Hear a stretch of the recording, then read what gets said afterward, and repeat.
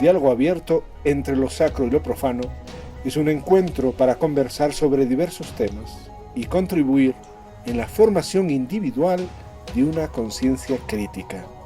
Un empeño de situarnos frente a Dios y en la comunidad para construir responsablemente la historia.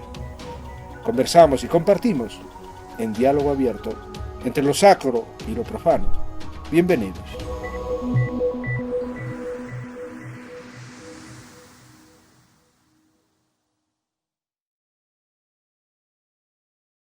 Manolito, en esta ocasión vamos a conversar sobre el Ecuador y la Iglesia del día después de la pandemia.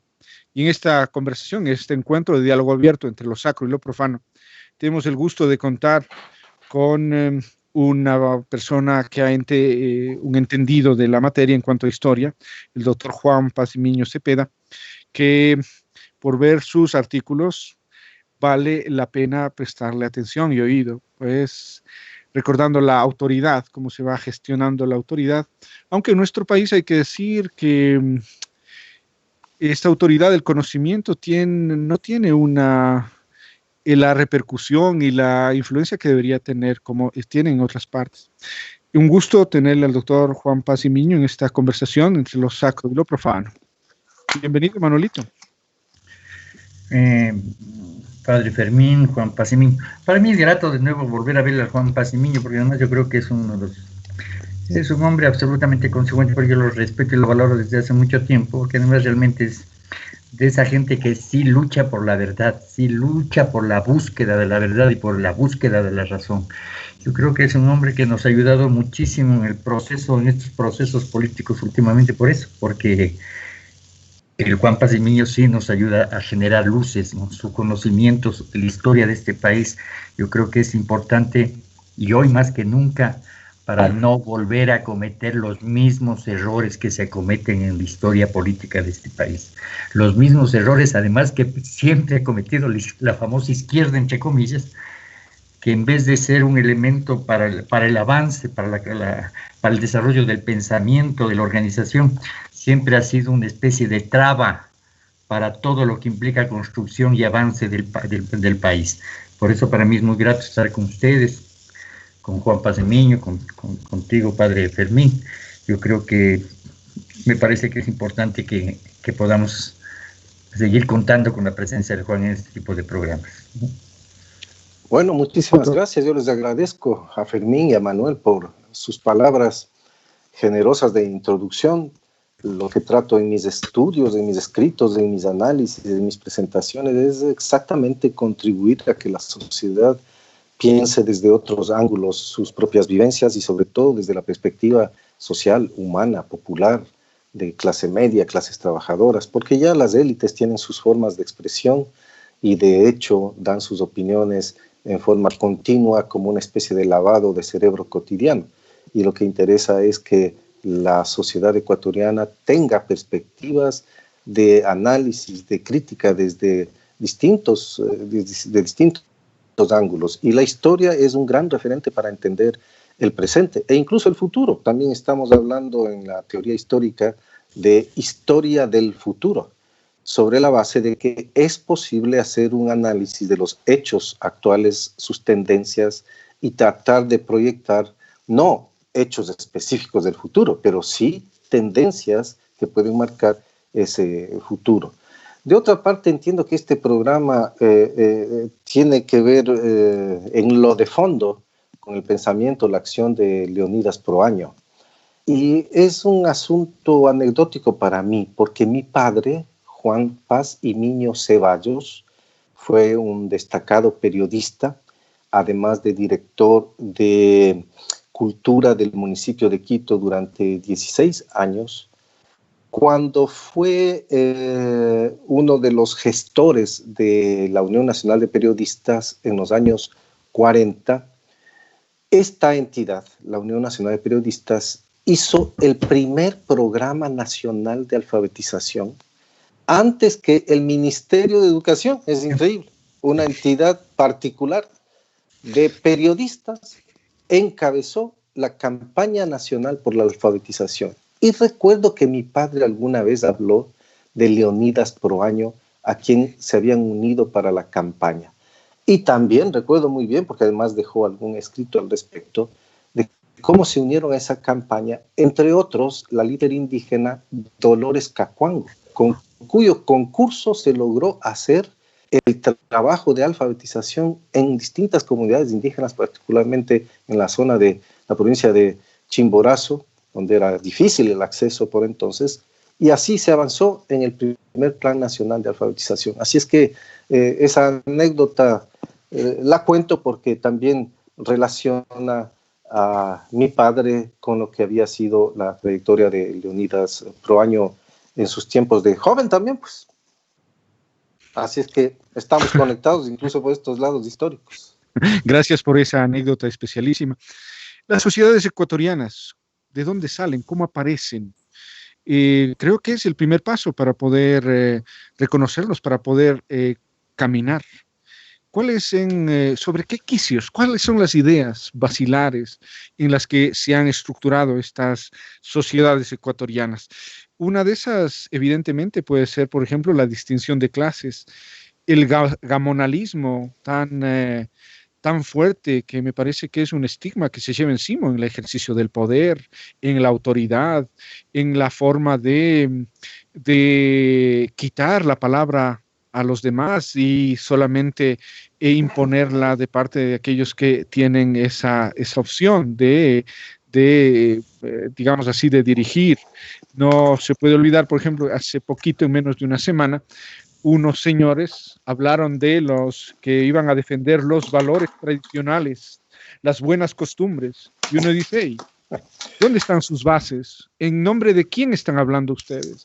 Exactamente. Claro, ahí tenemos una pelea enorme que vendría a ser la parte esta democrática.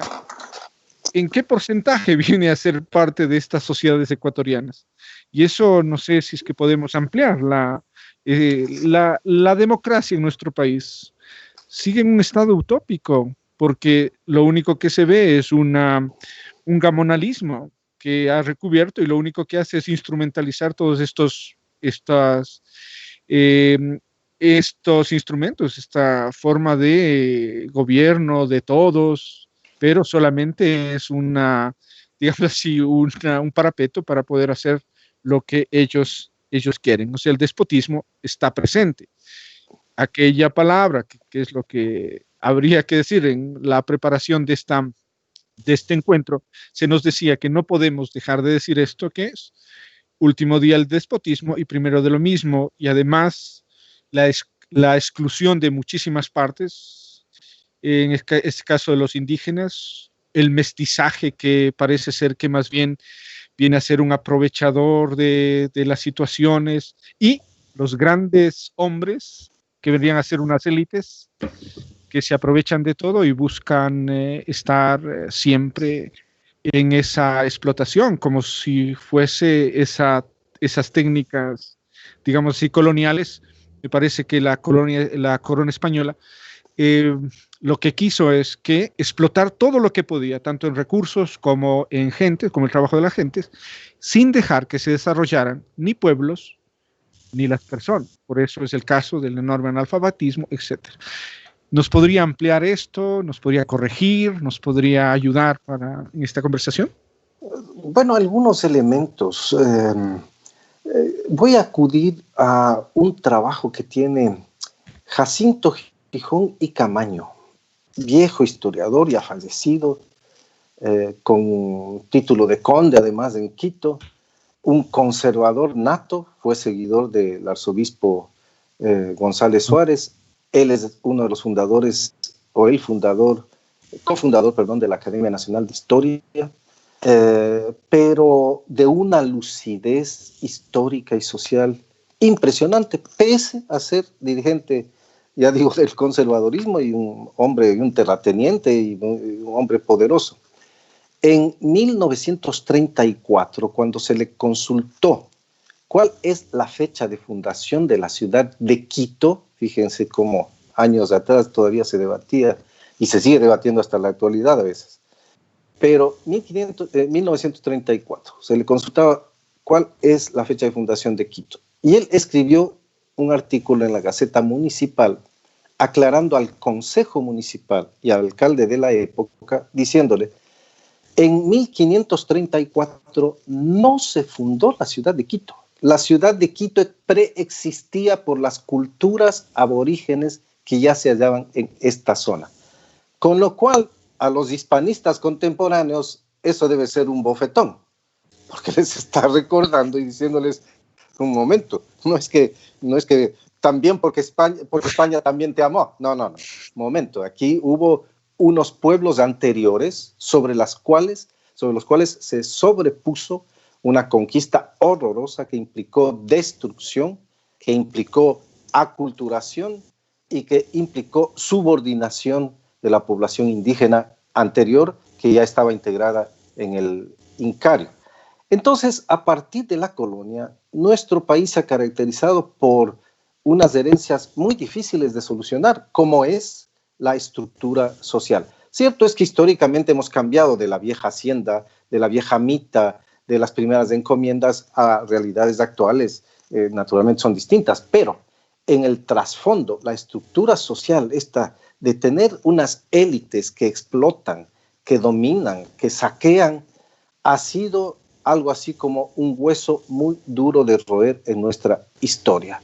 Y al hablar de las sociedades ecuatorianas, creo que es precisa esa palabra, porque no es una sociedad ecuatoriana, sino que como que somos múltiples sociedades ecuatorianas, incluso por la regionalización del país, costa, sierra, Amazonía, e incluso en las mismas regiones, diferencias entre Esmeraldas, la provincia afroecuatoriana, la provincia negra, o el sur con Guayaquil y una élite oligárquica muy tradicional en esa misma ciudad. O en el caso de la sierra, provincias como las centrales, Chimborazo, Cotopaxi, Tungurahua, Cañar, la población indígena ultra explotada. El norte, alrededor de la ciudad de Quito, una ciudad eje para la configuración de otro tipo de sociedades, incluso sobre la vida cultural elitista de la universidad, la primera y única inicialmente, después ya crecieron otras, que era la Universidad de Quito, y la Amazonía descuidada durante toda la época republicana. La integramos después del Protocolo de Río de Janeiro, nos preocupamos más de integrarla porque fue consecuencia de no haberla tenido al oriente esa pérdida. Entonces, hablamos de sociedades ecuatorianas en el sentido, en efecto, de que somos pluriclasistas, plurinacionales, pero también al mismo tiempo de que hay un dominio persistente de élites sobre la vida nacional que impiden el desarrollo social, humanístico, de bienestar y de buen vivir para los ecuatorianos. Y esas élites son demasiado poderosas. Ese es un problema, son muy poderosas. Y no ha sido fácil derrotarlas y no es fácil derrotarlas. Incluso pensamos normalmente que la democracia debería ser el vehículo de construcción de la sociedad. Sí, pero ese sueño lo tenemos desde que nos fundamos como república en 1830 y fue fruto del proceso de independencia. Y con cada constitución, tenemos 20 constituciones, cada una de ellas reproduce la idea de que la democracia se fortalece. Y sin embargo, tenemos una constitución, la del 2008, sistemáticamente violada en sus principios fundamentales de construcción de la democracia. Entonces, ¿cuál es la utopía que nos tiene que mover? Sin duda alguna la vida democrática, sin duda alguna la utopía de la igualdad, sin duda alguna la utopía de la transformación del capitalismo para construir una sociedad distinta. Y a partir de ello una serie de valores y principios que tienen que seguir orientándonos.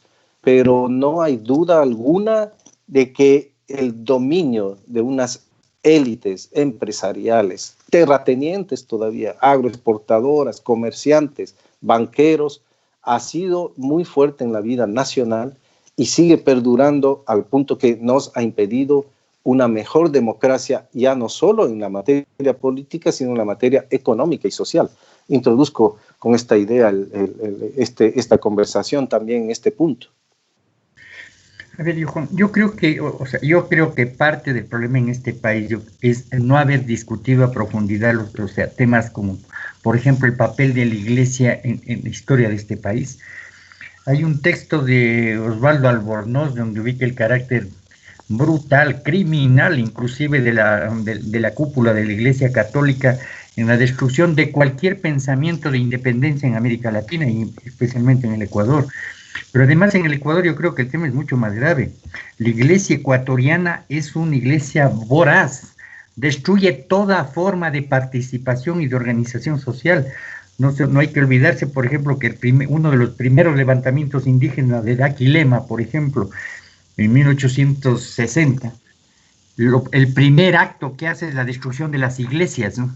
El primer acto político que hace la destrucción de las iglesias.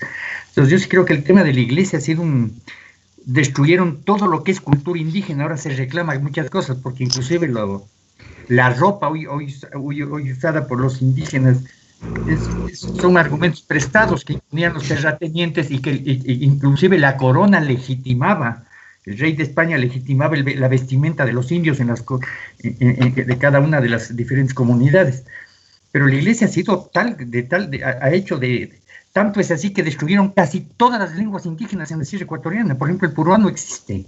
Y dicen que además el quichua, en conjunto con los terratenientes, le convirtieron en la lengua oficial en las comunidades indígenas. O sea, el papel de la iglesia ha sido realmente brutal en el Ecuador. Entonces yo sí creo que habría que realmente empezar a ubicar eso, ¿no? Claro, porque además tú decías alguna cosa, claro, yo creo que, por ejemplo, el conde Gijón, pero además de historiador y todo, también fue el primer presidente del Banco del Pichincha, ¿no? El dueño absoluto del Banco del Pichincha. Pero bueno, y financista inclusive de la lucha contra el liberalismo, ¿no? Él entiendo que era el financista del obispo Schumacher, uno de los grandes terroristas de la historia ecuatoriana, aunque nadie ubica así las cosas. Entonces creo que hay que empezar a ubicar con absoluta claridad el papel de la iglesia en este país y el papel de estas élites que han venido manejando el país y cómo se han ido cambiando, o sea, son de una capacidad impresionante para irse cambiando de ropaje, ¿no? Lo mismo que la Iglesia Católica. Yo me acuerdo cuando era la izquierda democrática, funcionaban muy bien con la izquierda democrática, con Febres Cordero, siempre tenían voceros vinculados a esos espacios. La capacidad de adaptabilidad de la burguesía para, entre comillas, ciertos cambios, ha permitido realmente que el movimiento obrero popular sea destruido en este país, ¿no? Que las organizaciones sociales sean destruidas, porque además han cooptado a la famosa izquierda ecuatoriana, permanentemente la han cooptado. Entonces, ¿cómo ir entendiendo estos procesos? Porque esta iglesia y esta oligarquía es de tal rapacidad que ha logrado realmente imponer un modelo que inclusive en el proceso anterior, los últimos 10 años de Correa, realmente el cambio fue absolutamente epidérmico, ¿no? Bueno, ese es un desafío para el padre Fermín, sobre todo. No, ¿Qué decir al respecto? A ver, si me permite adelantarme a lo que pueda decir Fermín. Yo creo que la iglesia tiene una historia oficial y una historia contradictoria al mismo tiempo, ¿no? La iglesia ha jugado un papel muy conservador en la vida del país, eso no, es cierto, pero la iglesia cambiará en el siglo XX, golpeada por el liberalismo a fines del siglo XIX, no hay duda alguna, pero golpeada también por los cambios de la misma iglesia. La doctrina social católica, León XIII, Pío XII, serán motivos de reflexión en sectores de la iglesia, no en la estructura oficial, pero en sectores de la iglesia que se comprometen, entre otras cosas, en la vida del Ecuador, en la formación de los primeros núcleos de trabajadores que conducen a la formación, a su vez, de la CEDOC, que inicialmente se llama Confederación Ecuatoriana de Obreros Católicos, en 1938. Cierto es que eran anticomunistas y era para contrarrestar la influencia del izquierdismo, eso es cierto. Pero paradójicamente jugaban un papel importante en la organización popular. Si nos vamos más cercanamente en los años 60, la ruptura que provoca la Revolución Cubana, el Vaticano II del año 1962-67, la Conferencia de Medellín del año 1968, el surgimiento de la teología de la liberación, el compromiso de muchos sacerdotes y sectores de la iglesia con los pobres. Un Camilo Torres metido a guerrillero en Colombia, guerrilleros, sacerdotes identificados de una u otra manera con esos procesos, los sacerdotes de Centroamérica como los jesuitas masacrados en El Salvador por las armas fascistas del conservadorismo del momento.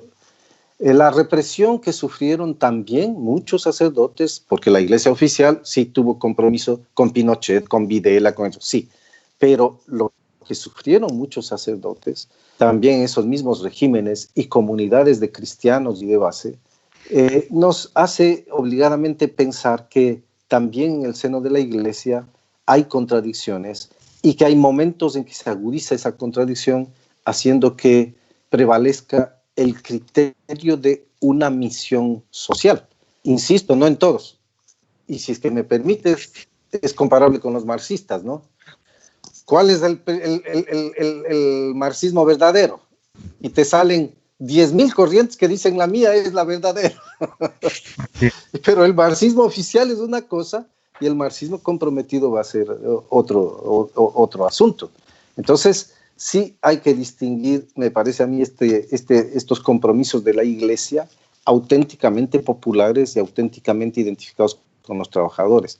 No ha sido, sobre todo en el siglo XX, una estructura monolítica, y peor desde mediados del siglo XX. Y hoy mismo no es una estructura monolítica, ¿cierto? Es jerárquica, la iglesia oficial tiene unos pronunciamientos, etcétera, pero también es cuestión de ciertos liderazgos. El Papa Francisco es cuestionado por ser un papa radical, pese a que desde la perspectiva de una izquierda más radical dirían si todavía es tibio. Pero está jugando un papel importante en el mundo por la identidad social que está haciendo y la ruptura que ha provocado una serie de ejes del propio mundo burgués contemporáneo y sus críticas, sin la palabra, pero sus críticas al imperialismo, aunque no diga esa palabra, sus críticas al expansionismo, sus críticas a la dominación, su afán de igualdad. Entonces creo que todos ellos son principios rescatables.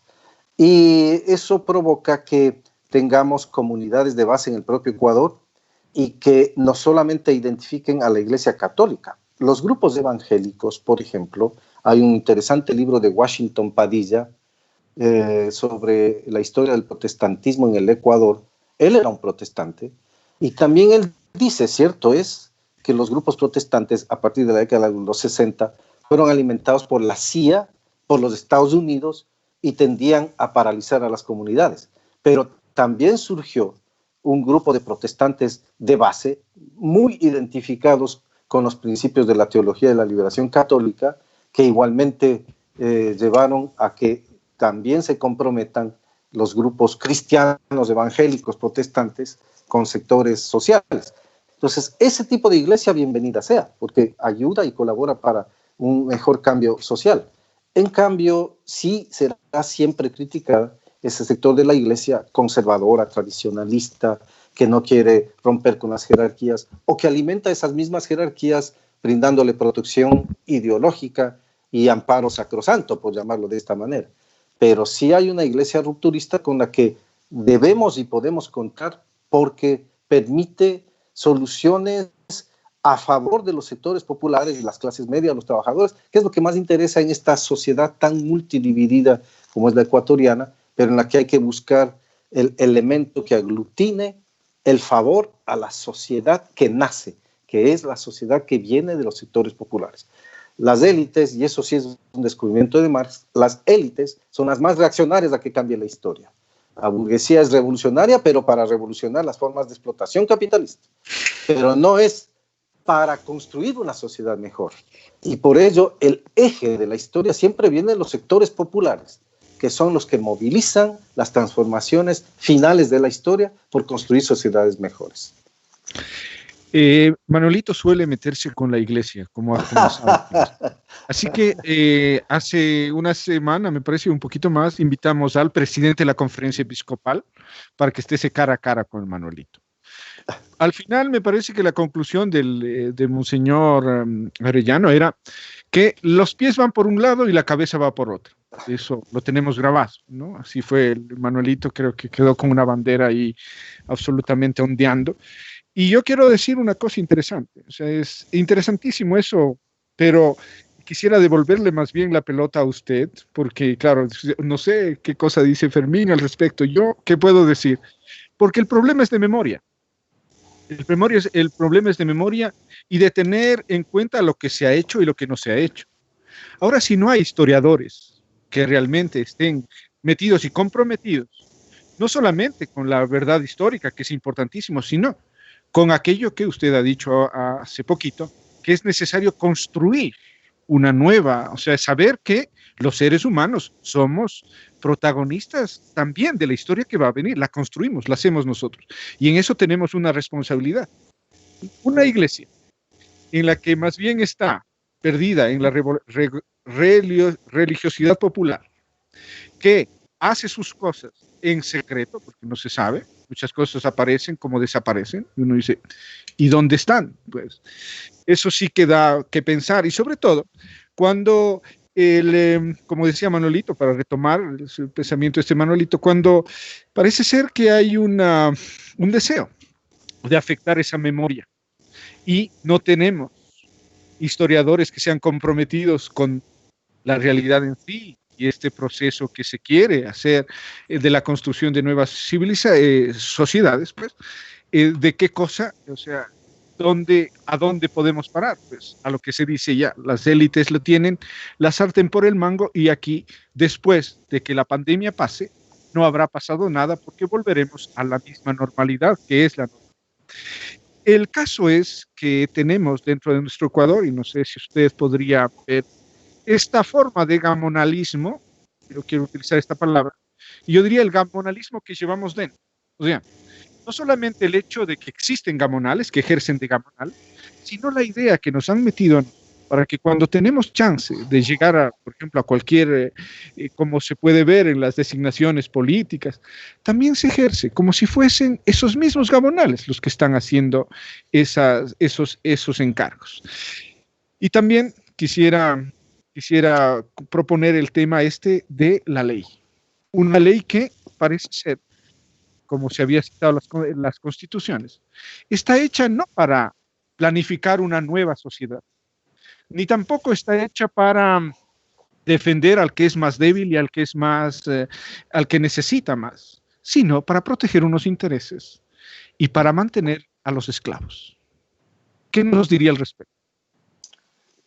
En la colonia, porque como fue derrotado el imperio incásico, superpuesta a una nueva civilización, nuevas formas políticas, económicas, sociales, culturales, en la colonia el respeto a la ley era muy relativo, porque incluso existió la fórmula de se acata pero no se cumple.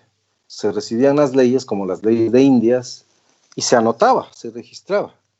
Hemos recibido tal ley, la hemos acatado, pero su cumplimiento se vuelve imposible, dada la estructura social, dada cualquier cosa, cualquier justificación. Y este tipo de ilegalismo, no de ilegalidad, este tipo de ilegalismo perdura hasta nuestros días.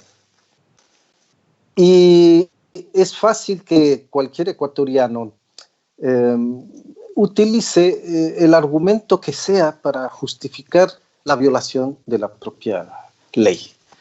No solo pasarse un semáforo, sino ya justificar asuntos mayores. No, pero es que no lo conocía, no, pero tenía tal situación que salvarla, tenía que hacer esto y lo otro. Este ilegitimismo como que está todavía formando parte de la cultura nacional, que se debe al propio tiempo a la falta de autoridad del Estado Nacional. Nosotros hemos tratado de construir un Estado Nacional y no lo hemos completado e incluso hemos fracasado en muchos puntos.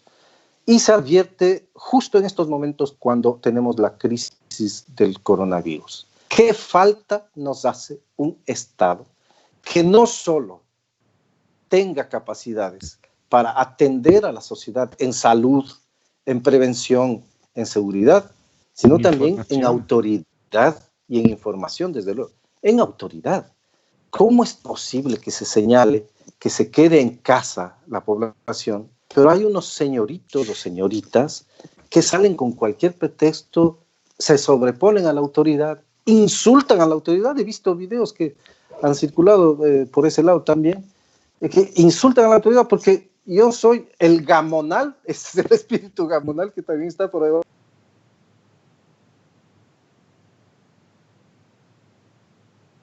ahí.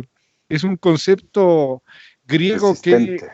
estará, como se llama en alguna parte, pero la parte vertical no ha cambiado, o sea, es vertical, desde la que se llega, de la que llega de fuera, la que viven, en este caso, los obispos, el sacerdote y luego el pueblo. O sea, el pueblo no tiene ninguna, ¿qué influencia tiene ante lo que significa el estado de la situación de su propia iglesia?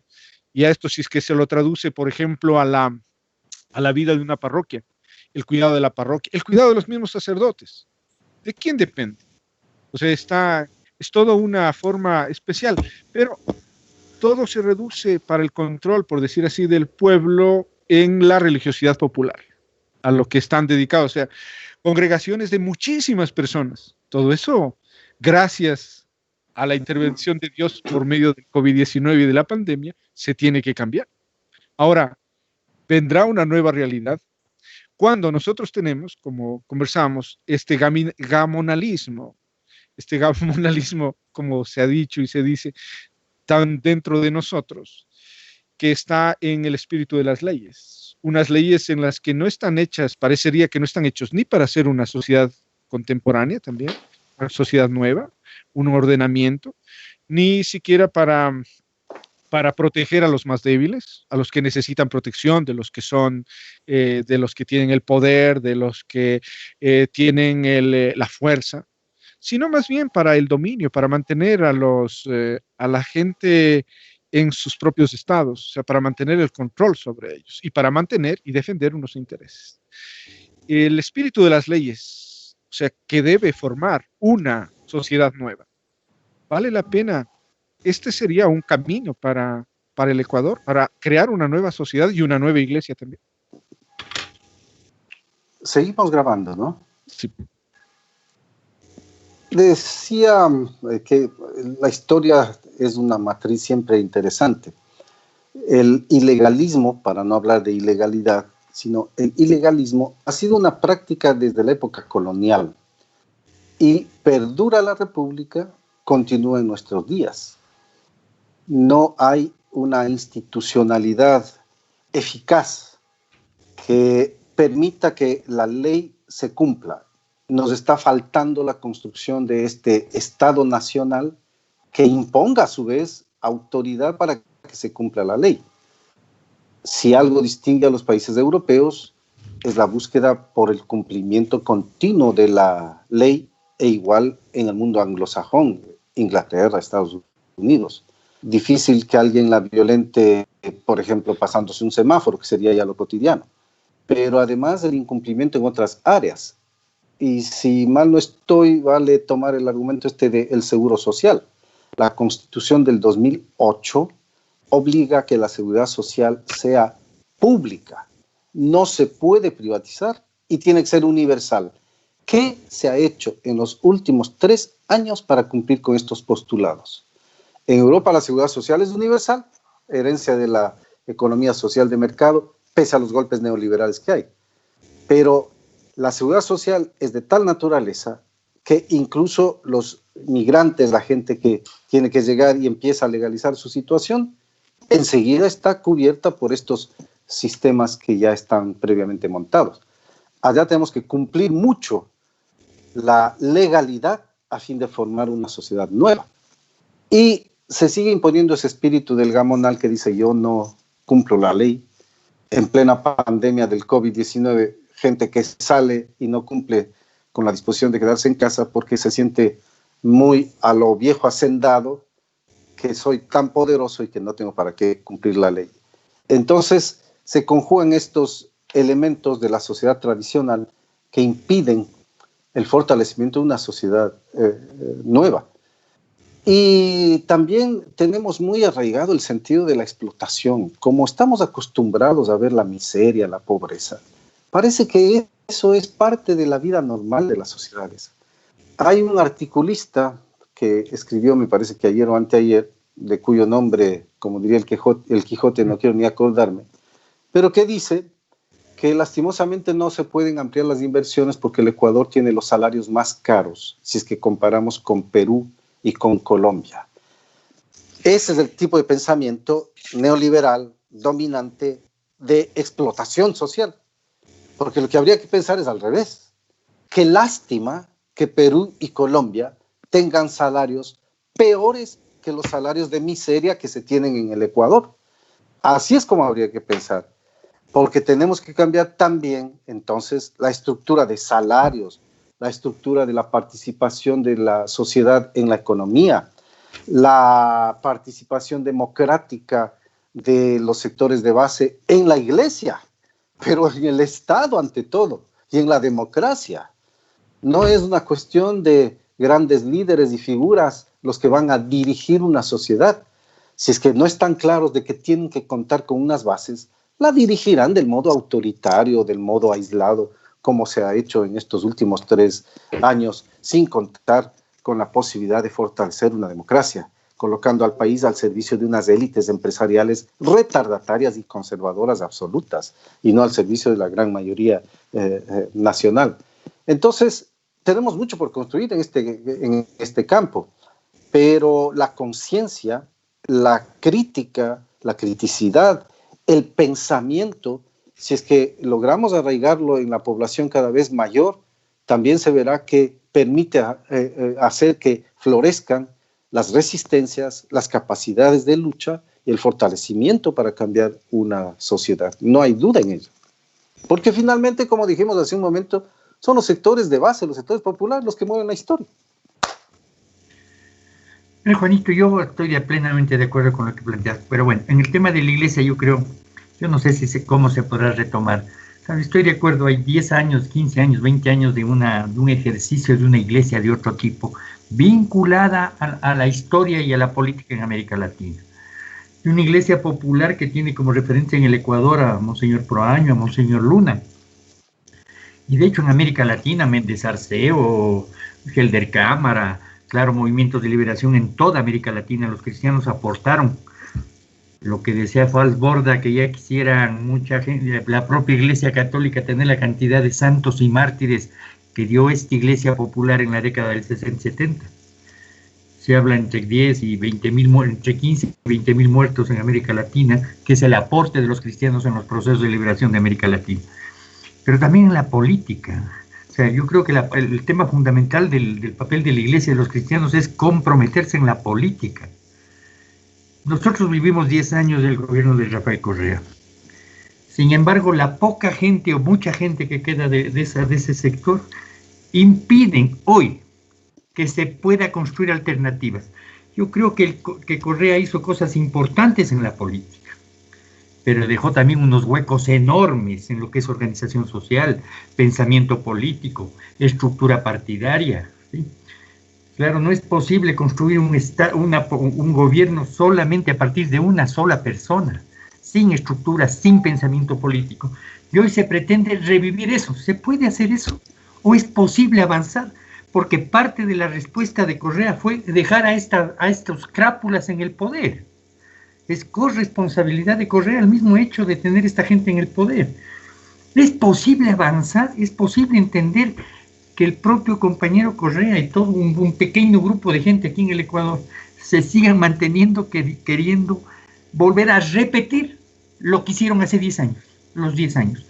¿Es posible hacer otra cosa alternativa en este país y en América Latina? La historia ecuatoriana y latinoamericana como que tiene sus momentos de avance, otros de estancamiento, otros de retroceso. Lo que nosotros inauguramos con la Revolución Juliana de 1925 fue que el Estado participe en la economía, crea el Banco Central, Superintendencia de Bancos, Contraloría, que regule la economía y controle al sector privado para que se subordine al poder público y al interés nacional. En segundo lugar, un sistema nacional de impuestos que redistribuyan la riqueza. Los julianos introducen el impuesto a la renta. En tercer lugar, la atención a las clases trabajadoras. Con los julianos, con Isidro Ayora, específicamente en 1928 y 29, se introducen una serie de leyes laborales que quedarán consagradas en la primera constitución social que tiene Ecuador, 1929. Bueno, ese proceso, una vez que se acaba el ciclo juliano, entra otra vez en retroceso, en estancamiento, de tal manera que entre 1932 y 1948, durante 17 años tenemos 20 gobiernos, porque ninguno tiene la capacidad de articular la continuidad de ese modelo de economía social, llamémoslo así, que establecieron los julianos. Galo Plaza Galo Plaza merece ser estudiado desde otros ángulos también, porque hay mucho mito alrededor de sus vínculos con los Estados Unidos. Entonces, sí, de acuerdo, pero la parte en que él se preocupa de la sociedad, de la economía, es muy interesante porque es una especie de precursor del desarrollismo ecuatoriano que en los 60 y 70 recobra camino y permite incluso el desarrollo capitalista del Ecuador. Y si no era por ese desarrollismo, simplemente el Ecuador habría seguido siendo un país subdesarrollado. Los primeros años de la democracia, 1979 en adelante, con Jaime Roldós e incluso con Osvaldo Hurtado, los 2 primeros años, son años reformistas, son años de posibilidades de adelanto, que se frustran exactamente con la subcretización de las deudas privadas y las políticas de los 2 últimos años de Hurtado. Y después viene Febres Cordero. Y bueno, desde ahí sí, la construcción de una economía absolutamente empresarial, que todos los gobiernos no logran paralizar, hasta el gobierno de Rafael Correa. Como que Rafael Correa revive algunas de las bases, de los principios que se tratan de construir en el Ecuador casi en ciclos largos desde la Revolución Juliana. Y se hicieron importantísimas transformaciones para el Ecuador y un avance sustancial en criterios económicos y sociales. Y no lo decimos los ecuatorianos, lo dicen las instituciones internacionales, el Fondo Monetario Internacional, el Banco Mundial, el PNUD, las Naciones Unidas y sobre todo la CEPAL. En abril de 1917, el Banco Mundial da un informe sobre el Ecuador en que reconoce los adelantos económicos y los adelantos sociales, aunque también ese informe dice que desde el 2014 la situación como que empieza a desestabilizarse y a estancarse en cuanto a los logros sociales por la crisis que se había venido al Ecuador.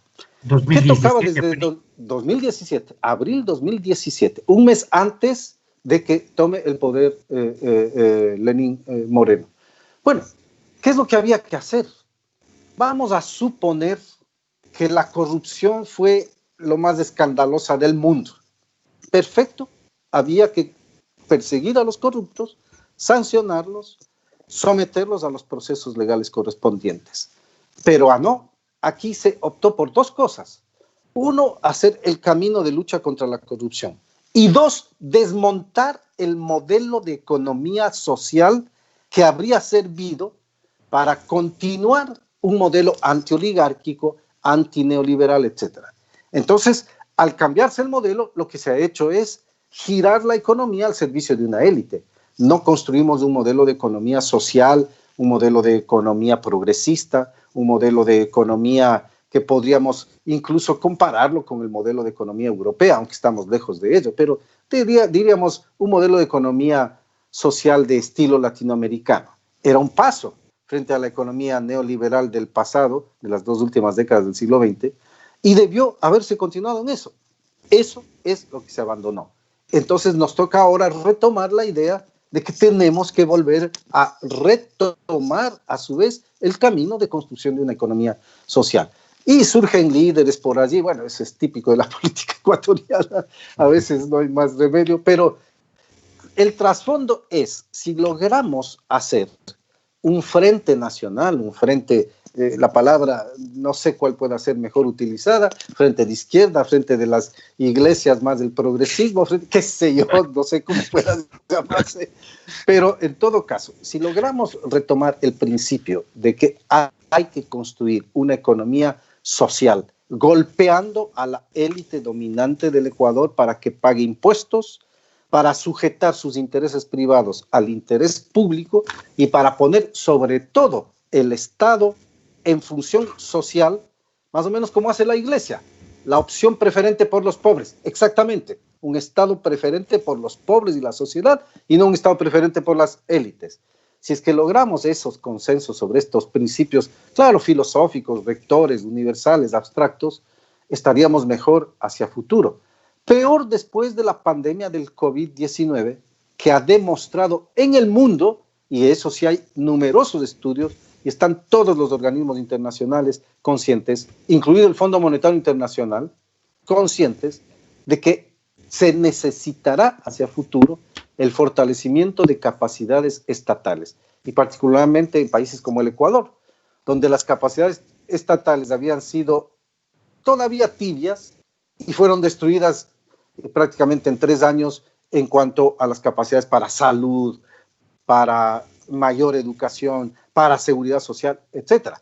Se ha visto ahora la necesidad con el COVID-19 de que los estados sean los que tomen a su cargo la salud, la medicina, la atención social en educación y el control y la regulación del ambiente social en que todos nos desenvolvemos. No es posible confiar exclusivamente en la empresa privada ni en el mercado. Todo lo contrario, se volvió necesaria una fuerte intervención del Estado y con fuertes capacidades para atender a la población. Si esa es la lección que el mundo ha aprendido del COVID-19, yo creo que esa lección está demorando en llegar al Ecuador. Y ese es un problema, está demorando en llegar al Ecuador. Y más todavía cuando para las elecciones del 2021, más se están anteponiendo criterios personales o personalistas, mejor, criterios personalistas, al criterio de la sociedad, del programa, de la ruta que deberíamos tener para construir la sociedad mejorada, al menos, si no tanto mejor, al menos mejorada, pero lo que hemos vivido y tenemos por el momento es una situación lamentable para un país que se volvió inviable en la ruta de una economía abierta, liberal y neoliberal. Es inviable. Tenemos que retomar la idea de una construcción de economía social con participación de los trabajadores, capas medias, sectores populares, protección del medio ambiente y con fuertes servicios que aseguren a los ciudadanos su bienestar, cobrando a los sectores poderosos impuestos directos y aumentándoles los impuestos directos. El analfabetismo que usted citaba al principio también creo que está dentro de nuestra genética de estructura social. ¿Por qué esto? Todavía creo que hay gente que se ríe cuando uno diga, haz de profeta, de visionario. Cuando uno dice, atención, estamos hablando de estudio, de conocer cómo se ha desarrollado una sociedad y cómo se va a proyectar esta sociedad al mismo tiempo. ¿Cómo será esta sociedad, este Ecuador? ¿Cómo será esta iglesia? Después de estos, una persona que estudia, que usted más o menos, no más o menos, sino que tiene claro por dónde van las corrientes, los grupos de poder. Parecería que, claro, hay algunos que ya han previsto que después de la pandemia, lo que hará falta es la píldora del día después, que además es como una contradicción porque son los grupos que a su vez para otros asuntos van a defenderlo. ¿Cómo usted ve a las personas, a las que son más bien pasivos, analfabetos? De hecho, usted, no sé, tiene muchísimos libros, muchísimos artículos. ¿Cuántos le han leído a usted? Yo vengo de un mundo académico especial, tuve la cercanía esta de estar trabajando, o más bien acompañando, colaborando con el Instituto Otavaleño de Antropología cuando fundó la Universidad de Otavalo. Y claro, ahí se generaba pensamiento. ¿Pero eso para cuántos? Para 5 o 6 personas que son los que están entendiendo eso. La gran mayoría, inclusive cuando se les daba el libro, se daba alguna facilidad para que cada uno tenga el libro. Las personas no lo leían. Y esta es una realidad de las grandes masas que están esperando que alguien les ayude, que la solución les caiga del cielo. En esto Claro, si no existe un despertar propiamente de análisis, de reflexión, para que se pueda tomar una decisión, una elección que sea humana, porque el llevar a la gente como si fuesen ovejas sin pensamiento, eso es inhumano. Eso es, seguimos con lo mismo de siempre. ¿Cómo ve usted que será el Ecuador y la iglesia del día después? ¿Cambiará en algo? La mayoría de los ecuatorianos no tiene una cultura universitaria, peor una cultura científica sólida. Y los académicos que nos dedicamos a investigar, a escribir, somos leídos por tal círculo minoritario que a veces nos preguntamos, ¿y para qué estamos escribiendo? Y más bien no nos dedicamos a alguna otra cuestión. Pero también sabemos que el pensamiento queda, que el pensamiento influye en otras personas, en varias de ellas con capacidades de liderazgo, en varias de ellas con capacidades de movilización. A mí me han convocado, me han llamado de distintos lugares del país para dar charlas, hacer apoyo a comunidades de base, y no he tenido ningún problema ni empacho en dirigirme a ellos. Entonces veo que de todas maneras las ideas algo sirven. Además, no transformaremos a una población en población crítica, científicamente formada o mejor educada, mientras no cambiemos exactamente al propio país. Y al mismo tiempo tenemos una población que por el espíritu de ansiar una sociedad distinta, ya es solo por eso un gran factor de movilización hacia el futuro. Porque las élites lo que harán es resistirse a las posibilidades de esta sociedad que quiere cambiar.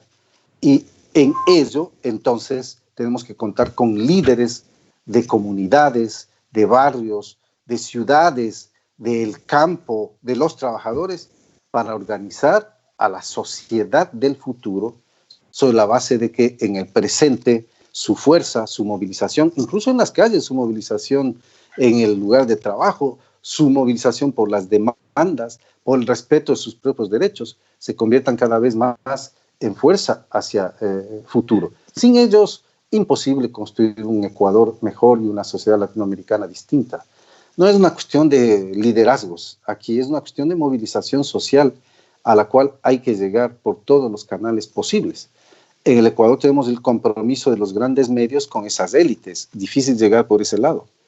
De hecho, las voces de muchos investigadores, como es en el caso de las ciencias sociales, están vetadas, no prohibidas, vetadas en los grandes medios de comunicación, y por ello nuestras alternativas son por los medios de comunicación, a su vez alternativos, que a buena hora existen en una era en la cual la digitalización, el Internet, provocan que se masifique aún más la información y la posibilidad de formar un sentido crítico. Pero sigo insistiendo en la idea de que el coronavirus nos ha reflejado en mucho como sociedad, nos ha permitido ver que hay una sociedad solidaria a lo interno del país, que quiere que se dé atención a la mayoría, que quiere apostar por educación, por progreso, por mejoramiento de la medicina, de la atención en salud, y que hay sectores que aprovechan de ello para la corruptela o para seguir en el poder. Entonces, me da fe ese Ecuador profundo. Me da lástima que haya sectores títeres al servicio de esas élites que en cambio me dan desprecio en el sentido histórico. ¿Cómo es posible que sigan existiendo unas élites atrasadas, conservadoras, incapaces de entender lo que es un cambio favorable para la gran población, y que en medio del coronavirus han aprovechado también para privilegiar sus propios intereses? Más que pensar en la seguridad, en la salud, hay sectores de élite empresarial en el Ecuador, de esos reaccionarios, de esos ya ultra conservadores en su pensamiento, que privilegiaban primero que se abran las empresas porque están perdiendo y no les importaba la salud de los trabajadores. Ahí está la diferencia de visión cuando no se tiene en claridad lo que es un cambio social. Y por eso hay que confiar que nuestras poblaciones, que sí tienen esa esperanzadora visión de un país distinto, que demandan respeto a sus derechos, que demandan al propio Estado, que demandan el cumplimiento de los empresarios con los derechos ya consagrados, que demandan que la sociedad política responda también a las necesidades de la democracia. Yo creo que ese es el segmento de la población en la que debemos y podemos tener fe hacia futuro. Yo creo que, de todas maneras, bueno, es esperanzador todavía poder contar con gente como tú, Juan Pazmiño, porque yo creo que además en América Latina y básicamente en el país, bueno, primero nosotros en América Latina y en este país estamos siempre contracorriente, ¿no? Inclusive en países que han, Francia, que ha tenido como modelo el tema neoliberal, están planteando realmente garantizar hoy políticas públicas que garanticen los derechos de la gente, educación, salud. Y en países como los nuestros, en América Latina, es todo un retroceso histórico brutal en todo el continente. Salvo excepciones, Argentina, yo creo que hay un esfuerzo enorme, México, por llevar adelante, por superar este atraso y esta pobreza política y económica de nuestros países. Es grave lo que pasa en el país, en nuestros países vecinos, en Brasil, es gravísimo, ¿no? Pero yo sí creo que habría que volver a retomar muchas de las ideas entre comillas, del pasado, que nos permitan realmente reactualizar la lucha política en América Latina. Porque además yo creo que hay problemas mucho más graves, además de la pandemia del coronavirus, estas pandemias de corrupción y de manejo doloso de la economía, de la política, pero además tenemos otros problemas. ¿Qué va a pasar, por ejemplo, con la robotización en América Latina? Cuando ya no tenemos ni siquiera, ya no hay ejércitos de reserva, sino masas enormes de población.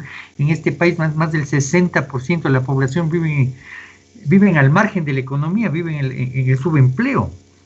¿Qué va a pasar con la robotización para nuestros pueblos? ¿Qué va a pasar con estas nuevas tecnologías? ¿Qué va a pasar con nuestras universidades que no tienen nada que ver con el tema de la producción, no tienen ningún acercamiento a los temas de la producción, cuando en países como estos no hay planificación? Inclusive a veces cuando ha habido planificación, los propios gobiernos se han encargado de irla quebrando, ¿no? Entonces yo sí creo que en términos de perspectiva, yo no lo veo muy claro, ¿no? Pero yo creo que hay gente como la que estamos hoy día aquí discutiendo, ¿no? Todavía creo que habría posibilidades o esperanzas de seguir peleando realmente por utopía, ¿sí? Seguimos peleando lo que alguna vez decían los tupamaros, ¿no? Hay que saber ir perdiendo hasta ganar, ¿no? Esperemos algún día poder ganar realmente contra Bueno, este es un proceso de largo plazo. ¿Sí? Yo he vivido luchando por mi país, por llamarlo así, ya 50 y más años, 55 años, estoy en otra calidad de vida y a veces me siento muy frustrado. Digo, bueno, ¿qué pasó? ¿Para qué luchamos? Mi generación, ¿para qué luchó? Pero también me salva la historia. Este es un proceso de largo plazo, no es para hoy. Lo que hemos sembrado, mi generación, lo que ha contribuido en este mundo es una parte más de lo que todavía toca por construir para que en el futuro logremos arrancar con una sociedad distinta. Si no luchábamos ahora, los que venían tenían que comenzar a hacer esas luchas. Pongámonos en la época de la independencia. Si la generación ilustrada del siglo XVIII, Espejo, Morales, Quiroga, todos ellos, que eran una élite, ¿cierto? Es de criollos, o Bolívar, San Martín, si ellos no luchaban, hoy tendríamos que estar haciendo la lucha por la independencia frente al coloniaje. Claro, después vinieron otro tipo de problemas. Lo mejor es, por consiguiente, encarar nuestro presente como generación que nos toca encararla y luchar por la transformación en este presente. Las nuevas generaciones ya afrontan otras condiciones, de tal manera que ellos continuarán un legado que nosotros podríamos dejar sin que esto sea ni vanidad ni mucho menos, sino en el sentido histórico, en el sentido de que hay una generación que ya ha dado pasos también para adelantar a la sociedad. Y tenemos logros virtuosos para el Ecuador. La educación, felizmente, en nuestro medio es un valor. ¿Qué dificultades que atraviesa la gente pobre y sin embargo lo que primero busca es que sus niños al menos se eduquen. Se convirtió en un valor nacional. Ahora hay que mejorar esa calidad y que la universidad también responda ya a nuevos retos. Es un valor nacional la solidaridad entre sectores populares y medios. Las élites no. El sector popular, a propósito de un video que circulaba por allí, esto de la BESI y el trato de BESI, da a entender ese valor social de la solidaridad, de cómo le trato al amigo, al que vive aquí cerca, al que es cercano a nosotros. Entonces, enseguida el desprecio de clase. A mí no me tratan así porque eso es de otra clase baja. Qué horror de pensamiento. Pero así ocurre. Y sin embargo, acá hay un valor de solidaridad que podemos alimentar. El valor del comunitarismo. Nuestros indígenas conservaron el comunitarismo. Es una base social muy importante para construir el futuro, que se ha roto mucho en la clase media y peor en la clase alta. Entonces, tenemos eso. El trabajo por la agricultura, el trabajo por la pequeña y mediana empresa, siguen valiéndonos. Así es que ahí están elementos para nuestro futuro. Sí, yo creo que hay que recuperar sectores sociales importantes que se les ha ido disfrazando de otra cosa, el artesanado ecuatoriano, ¿no? Yo creo que... Y a ver, ahora sí me despido, rogando nuevamente la lucha contra este antidespotismo que llevamos dentro de nosotros mismos y en la sociedad, y eso de buscar y mejorar nuestra organización social y nuestra responsabilidad individual ante un Estado. Doctor Pazmiño, yo me despido, muchísimas gracias por estar aquí con nosotros y dejo que cierre el programa Manuelito Pérez. No, para mí bueno, yo creo que para nosotros ha sido grato volver a tenerte entre nosotros, Juan Pazmiño. Lo que tú decías, yo creo que tenemos que seguir teniendo esperanza. Yo creo que es posible caminar porque todavía tenemos valores y somos seres humanos que buscamos, que anhelamos realmente crear un país diferente. Hay muchísima gente en el país que sí quiere su país. Yo creo que para eso, no sé, si recuperamos lo del 60, recuperamos la Revolución Juliana y las volvemos de alguna manera a hacer la carne en este país para realmente crear estas transformaciones que todavía están pendientes en este país. Yo creo que algo se ha hecho, yo creo que lo más jodido todavía no se ha hecho, pero yo creo que y a nosotros sí nos interesa eso, o sea, el desarrollo de los seres humanos, de la persona. Si logramos llegar a más gente, más ciudadanos y construir más ciudadanos, más seres humanos, yo creo que estaremos más cerca de lo que aspiramos como construir como sociedad. Un abrazo, Juan Paz, Padre Fermín, y esperemos tenerte siempre aquí en este espacio. Un abrazo. Gracias, Fermín, gracias, Manuel. En efecto, yo confío en la esperanza y la utopía de nuestra población, de nuestros sectores todavía oprimidos y sometidos por la explotación de una élite. Bueno, confío en ellos y la historia nos dará finalmente la razón, para utilizar una frase que es importante para dar aliento a nuestra sociedad misma. Tendremos razón, tenemos la razón, no es que tenemos razón y construiremos una sociedad mejor. Muchas gracias por su entrevista y muchas gracias a quienes nos han escuchado. Muchas gracias.